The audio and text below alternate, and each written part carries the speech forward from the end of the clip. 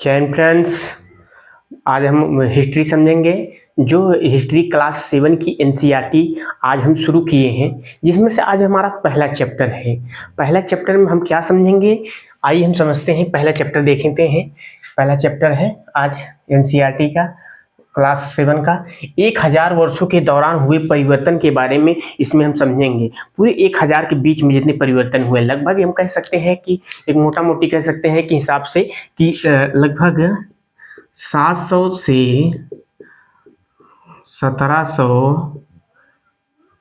1750 ईस्वी तक की बारे में इसमें हम समझेंगे। 700 से ले 1700 क्या कहते हैं 1750 ईस्वी तक हम इसमें पूरा समझेंगे। इस चैप्टर में सिर्फ ये दिया हुआ एक कहानी माफिक दिया हुआ है, कब कब क्या परिवर्तन हुए उसके बारे में दिया हुआ, और इसके बाद एक पूरी किताब का एक सारांश दे दिया गया है, जैसे कि इसमें क्या क्या परिवर्तन कब कब हुए, कौन कौन परिवर्तन हुए, इसके बारे में सब दिया हुआ है। ठीक है, आइए हम एक एक करके समझेंगे। जैसे हम समझते हैं कि जैसे कि कभी भी हम समझेंगे, जैसे कोई भी वर्ड, कोई भी, जैसे हम आज के लेख में और कल के लेख में काफ़ी अंतर होता है।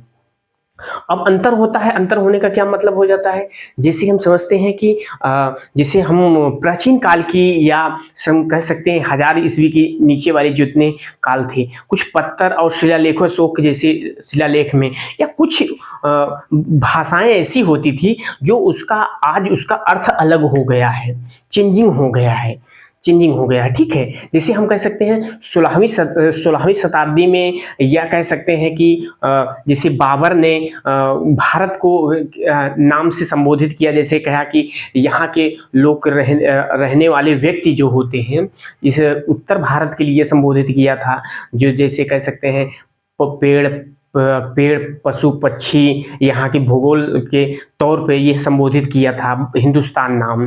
अतः हिंदुस्तान से क्या तात्पर्य होता है, हिंदुस्तान जो होता है यह उस समय हम लोगों को कह सकते हैं जैसे कि भारत के नहीं पूरे जैसे आज हम समझते हैं हिंदुस्तान, पूरे भारत को समझते हैं, पूरे भारत के, जैसे मान लीजिए कि ये पूरा भारत हो गया, तो ये भारत मान लीजिए ये पूरा हो गया, नक्शा तो नहीं बना है, ऐसे ही बना बता रहे हैं, तो ये मान लीजिए पूरा भारत हो गया। ठीक, ये पूरा भारत हो गया। अब ये हम समझेंगे कि पहले तो पहले क्या काम करते थे, ये यहाँ के मान लीजिए इतने क्षेत्र को,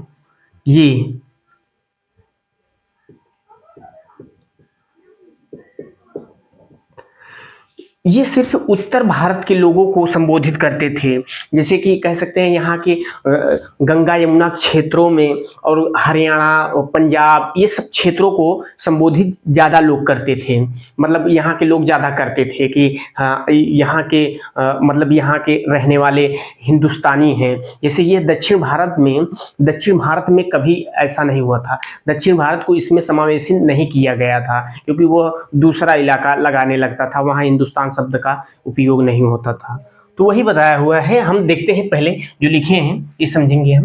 पहले अरब भूगोलवेत्ता अल अदरीसी ने लगभग 1154 ईस्वी में ये फारसी इतिहासकार था, जो लगभग ये 1154 ईस्वी में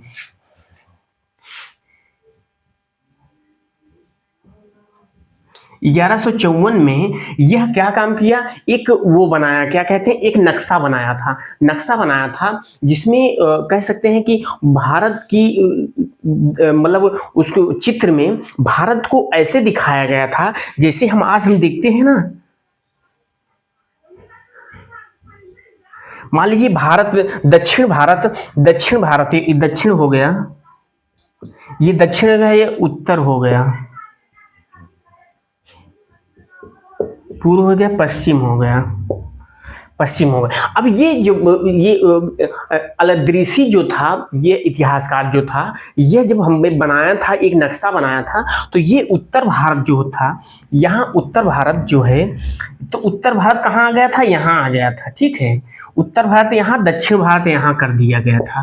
तो ये उसका कुल मिलाकर ये उल्टा बना दिया था। मगर वही इसका मतलब जब बाद में हम लोगों को पता चला, लगभग ये एक फ्रांसीसी मानचित्र ने जो एक फ्रांसीसी एक मानचित्र थे जो 1720 ईस्वी में 1720 ईस्वी में उन्होंने बनाया था। इसको सही सही बना दिया था, ऐसे ही बना दिया था, ठीक है।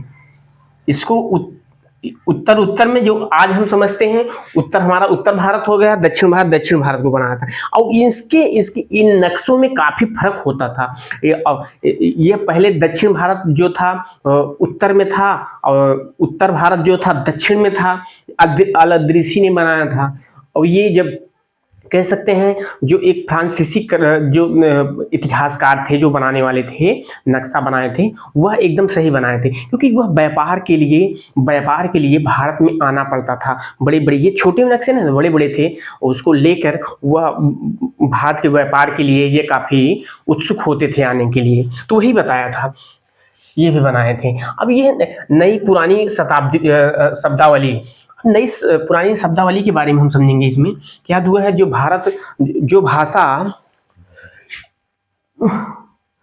भाषा ऐतिहासिक अभिलेखों में लिखा जाता है, वो धीरे धीरे उसका परिवर्तन, उसका उच्चारण कुछ अलग बन जाता है, कुछ अलग बन जाता है। जैसे कि कह सकते हैं, अभी हिंदुस्तान के ही शब्द ले लीजिएगा। जैसे कि पहले तो एक कुछ क्षेत्रों के लिए ही प्रयोग किया जाता था, उत्तर भारत के लिए प्रयोग किया जाता था, जैसे गंगा यमुना और हरियाणा पंजाब, कुछ जैसे कि दिल्ली सल्तनत के लिए, कुछ शासकों के लिए प्रयोग किया गया था यहाँ। तो वही कह रहे हैं कि लगभग ये उस समय धीरे धीरे कुछ बातें ऐसी होती थी जो आज हम बात करते हैं उसका अलग अर्थ निकल आता है, ठीक है।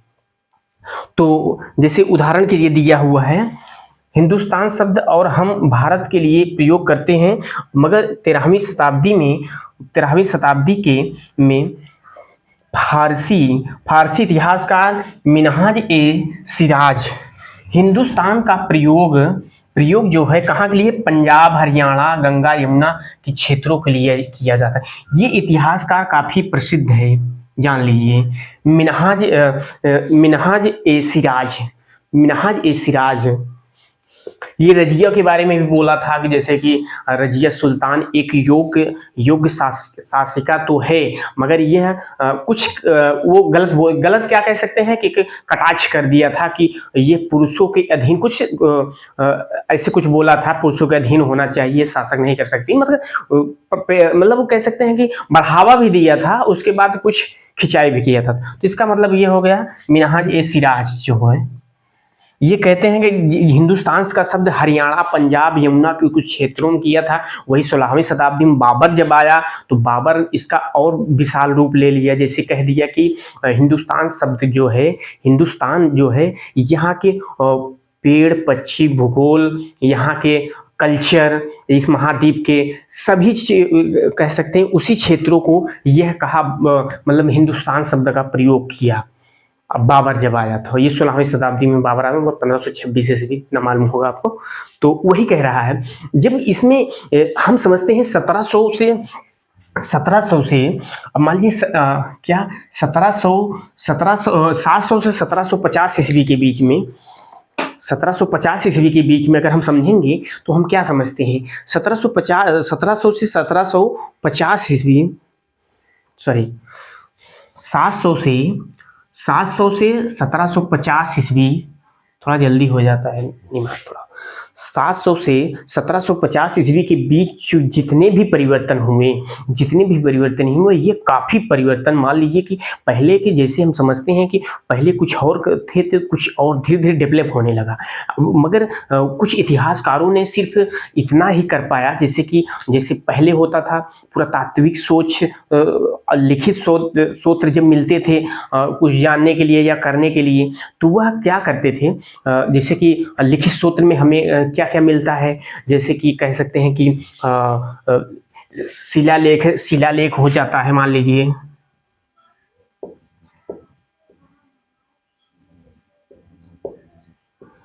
शिलालेख हो गया, और कह सकते हैं कि शिलालेख हो गया, पांडुलिपियां हो गई, और कह सकते हैं कि जैसे यात्रियों का विवरण हो गया, कुछ साक्ष्य, धार्मिक साक्ष्य भी मिल जाते हैं। तो ये लिखित स्तोत्र होते हैं जो इनको पढ़कर वो आगे के बारे में जानकारी निकालते हैं। वही क्या बोलते हैं, पुरातात्विक सोच में हो जाता है, सिक्के हो जाते हैं, मान लीजिए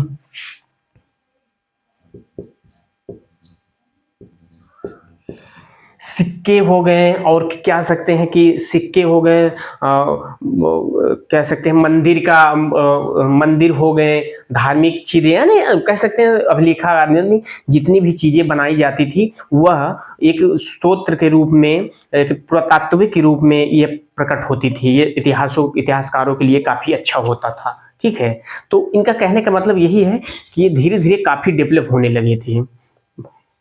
तो यही हुआ। अब ये सब इतने साल में इतना परिवर्तन हुआ, एक चैप्टर में तो पूरा बता नहीं सकते हम आपको। धीरे धीरे एक एक करके हम एक एक सब्जेक्ट में चलता, यानी एक एक कह सकते हैं एक एक चैप्टर में आगे आगे चलता चला जाएगा। ठीक है, आज लगभग कक्षा 6 की एनसीईआरटी हम पढ़ा चुके हैं, पूरा पढ़ा दिए हैं। आज हम 7वां का पढ़ाएंगे, शुरू किए हैं, ये पहला चैप्टर है। तो कहते हैं कि जैसे कि लगातार चलता रहना, मतलब क्या कह सकते हैं कि हर एक चैप्टर धीरे धीरे एक एक चैप्टर करके पढ़ाते रहेंगे तो काफ़ी सही हो जाएगा। ठीक है, तो हमारा ज्योग्राफी जो है ये लगभग हमारा चल गया, क्लास 8 तक ख़त्म कर दिए हैं।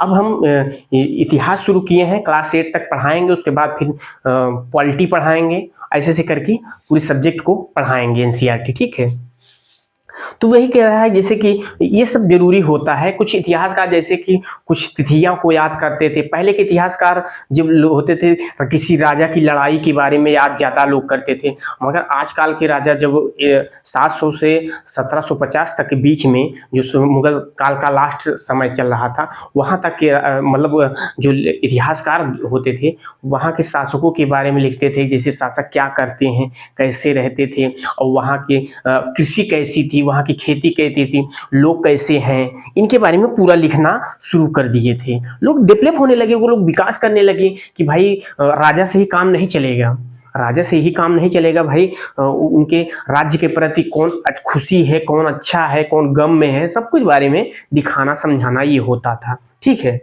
तो हम कह सकते हैं कि अब हम पूरे कह सकते हैं पूरी के इस क्लास 7 की एनसीईआरटी इतिहास में हम सिर्फ 700 से 1750 ईस्वी के तक के 700 से 1750 ईस्वी के बीच में हम इसके बीच में घूमेंगे। ठीक है,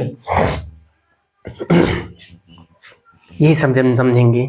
तो यही था थोड़ा सा चैप्टर, क्योंकि ज़्यादा बड़ा चैप्टर नहीं था, खाली यही बात इनके बारे में एक एक चीज़ के बारे में बताया गया था, थोड़ा थोड़ा बताया गया था, वही मैं आपको बता दिए। ज़्यादा खैर बड़ा चैप्टर है, पूरे किताब का ही पूरा कह सकते हैं कि इस चैप्टर में थोड़ा थोड़ा करके बता दिया था, इसके बाद कब हुआ था, क्या हुआ था, तो वही सब थोड़ा बहुत जानकारी है। और अन्यथा अब अगले चैप्टर में, दूसरे चैप्टर में इसके बारे में विस्तार से एक एक करके हम पढ़ते चलेंगे। ठीक है, आप लगातार बने रहिए, बस धन्यवाद।